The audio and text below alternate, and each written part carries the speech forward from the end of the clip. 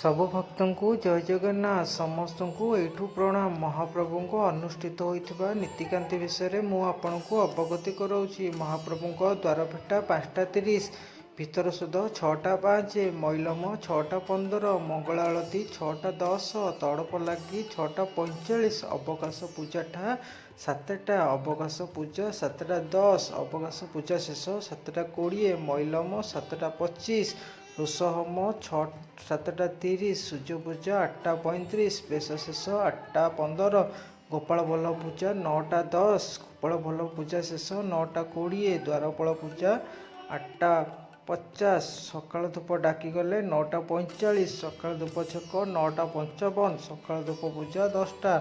ମହାପ୍ରଭୁଙ୍କର ନୀତିକାନ୍ତି ସବୁ 10ଟା ସୁଦ୍ଧା এই ନୀତିକାନ୍ତି ସବୁ ଅନୁଷ୍ଠିତ ହୋଇଛି। ସେଥିପାଇଁ ଆପଣଙ୍କ ଅବଗତି ନିମନ୍ତେ ମୁଁ ଜଣାଇଦେଲି। ସମସ୍ତଙ୍କୁ ଜୟ ଜଗନ୍ନାଥ।